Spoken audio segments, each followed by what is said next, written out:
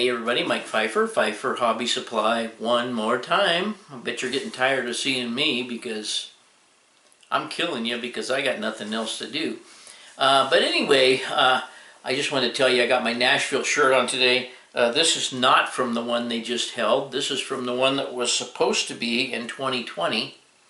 So this is a rare shirt because there was no convention in 2020. All the shirts that were ordered were offered to be sold to the people who had ordered them, and here's mine. So this is the convention that never happened. But it did happen this year, and I did hear that everybody had a good time. Unfortunately, I'm not real happy about passing this on to you, but I did hear that a couple people that were there, I don't know while they were there, after they came back, tested positive for COVID, so they were recommending that everybody check and see if you had COVID. Just as a precaution, it's bound to happen when you go to a big city, not necessarily just with convention people, but you're milling around, doing sightseeing and so forth. It's bound to happen.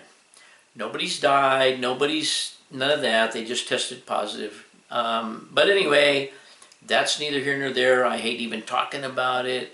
So let's just get on to this video, and the first thing I'm going to show you is right before I started to make this video, we had an anomaly show up here at the house, and I'll show you that. We'll move on, and it's just all I want to do is just show you a couple more changes I made to the layout and see what you guys think. So we might as well get on with it. Well, here's something we don't see very often.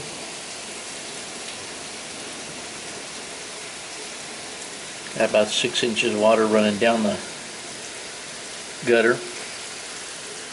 Gallons coming off the roof. This is the desert. Well, I'm guessing my inspector won't come today, huh?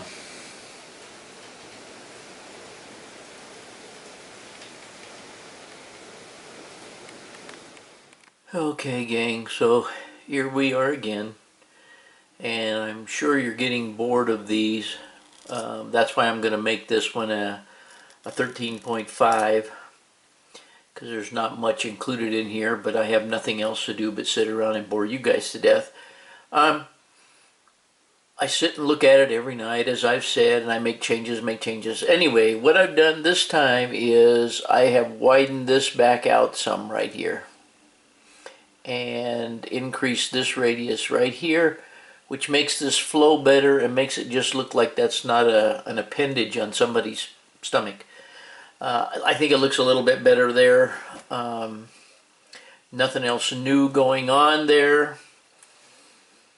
But the major things that I have done is, number one, I have taken these tracks that were straight with a bridge on them over here. I have curved them, or made an S-curve in them right here.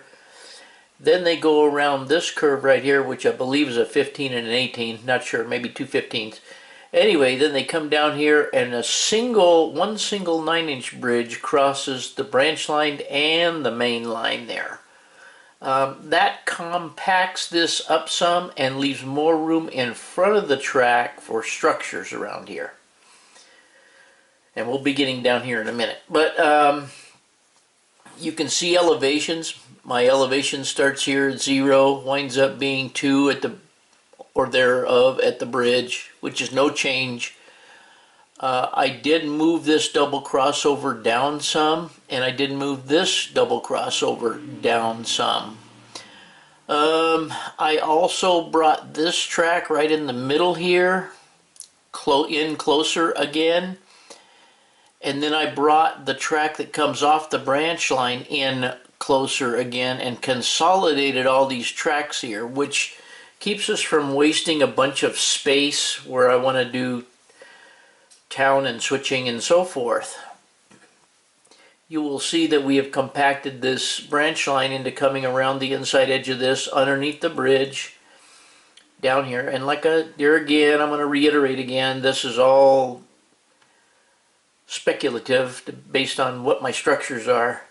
But anyway, you can see that the branch line comes down here, and it used to split right here and go under and make a loop and come back around to here. Well, I've been trying to figure out ways to get the double track down below and put a staging down below, and it's just not flying for me. It's just not computing in my head. It just doesn't work. By the time I get around and get a place to put it and come back around and come up into onto the layout again, I can't figure out any way to make it scenically correct, I guess would be the plan. So I'm not too worried about the length of the main line. I like the length of the main line. I like the big wide sweeping curves because it'll look like it's not going around curves, with the exception of here and here, a little bit sharper here and here. But that's the way it is. So what you can see that I have done, or am going to do at this point, I'm going to split the two tracks of what would be the bubble or loop at the end of the branch line, and it is going to go around here. Where am I? It's going to go,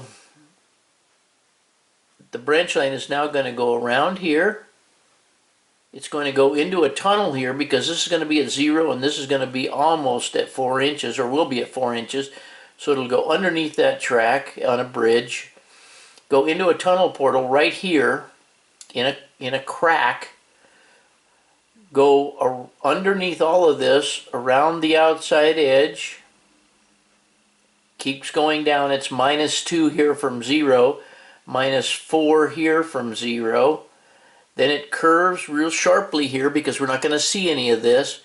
Goes straight along underneath the layout, goes down here, goes around the balloon track, comes back on the other half of what would be the main line, comes back up and around, out the tunnel portal, and back to the branch line, and eventually back to the branch line, and as we have talked about, through the yard to wherever it is, the loop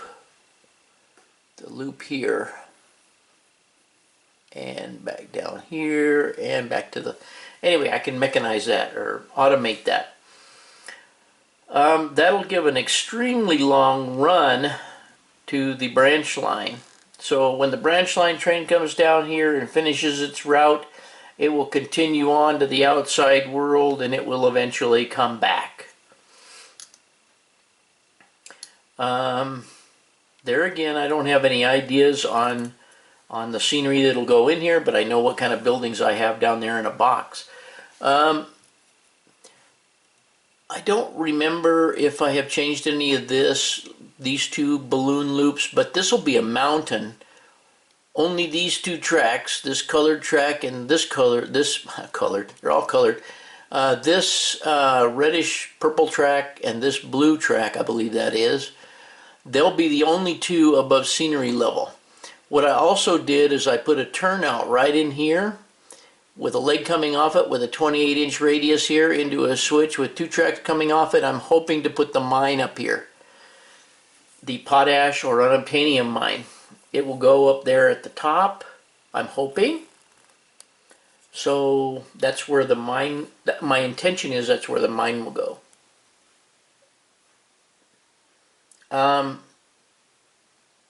Other than that, there's really no other changes. You can see that all of the yard down here is at 0 elevation. By the way, we're using a nice yellow pencil today. Fake pencil. Anyway, 0 down here in the yard, right at the middle. It'll start to incline up right here. It'll be about 1 inch right out here, and it'll be 2 inches by the time it gets over here to the bridge. 0 in the yard, go under the bridge. 0 in this, going under the bridge. However, I plan on inclining around here, and then the back track back here will be at a 2-inch elevation across here. Why? I don't know, just some kind of variation.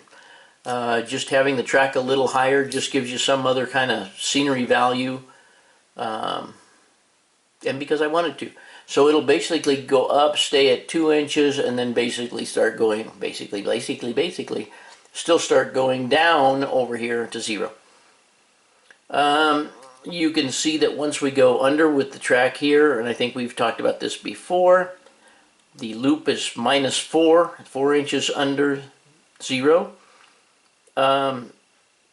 This track will climb up to 2, and then as we go around it will be 4, and then as we go around it will still be 4, and then it will start to go downhill, and it will go uphill and be at 6 back here. This area right here will be the highest point on the layout. So there will be some scenery value here in the way of a mountain attached to the backdrop, probably with a lot of trees and stuff on it. A lot of my trees. Then it will go into a tunnel, through a short tunnel here, and the other track will go through a short tunnel here. At least that's kind of the general plan. It's short tunnels in here somewhere. It will come out the other side, and it will be going downhill to 4, 4 to 2, and then back to 0 in the middle of the yard. So that's why I put the elevations on here, so you can kind of hopefully visualize in your head where we're going to be at here. I mean, we're talking 4 inches here, 4 inches here, so these 2 loops right here will be 4 inches high, and these will be 2 inches under, so there'll be a 6-inch separation between those two, and this one is still going downhill. By the time it gets down here, this will be about the 3-inch point. So it'll be 4, 5, 6, that'll be about 7 inches under, and that'll be 8 inches under the height of these loops. 4 inches underground 0. In other words, it'll be 4 inches below where it started here. I guess you get it. Just a small update to just show you that I've been sitting around and have nothing else to do. I hope that makes sense to you. All the curvatures on this now are pretty liberal, and what isn't liberal can be hidden by buildings or by some type of scenery. So I'm hoping that I can keep the sharp curvatures down to something that doesn't look sharp on this layout. So that's what I have for you so far, or again, and I hope you agree or like those changes, and we'll see you next time. Okay, everybody, hope you enjoyed that little miniature update. Like I say, hope you're not getting tired of this, because I just don't have anything to do, so I sit here and I look at the plan, change the plan, and bore you guys with the changes. But anyways, I hope in some way you enjoyed it, and as usual, I certainly do appreciate you watching. Thanks for watching.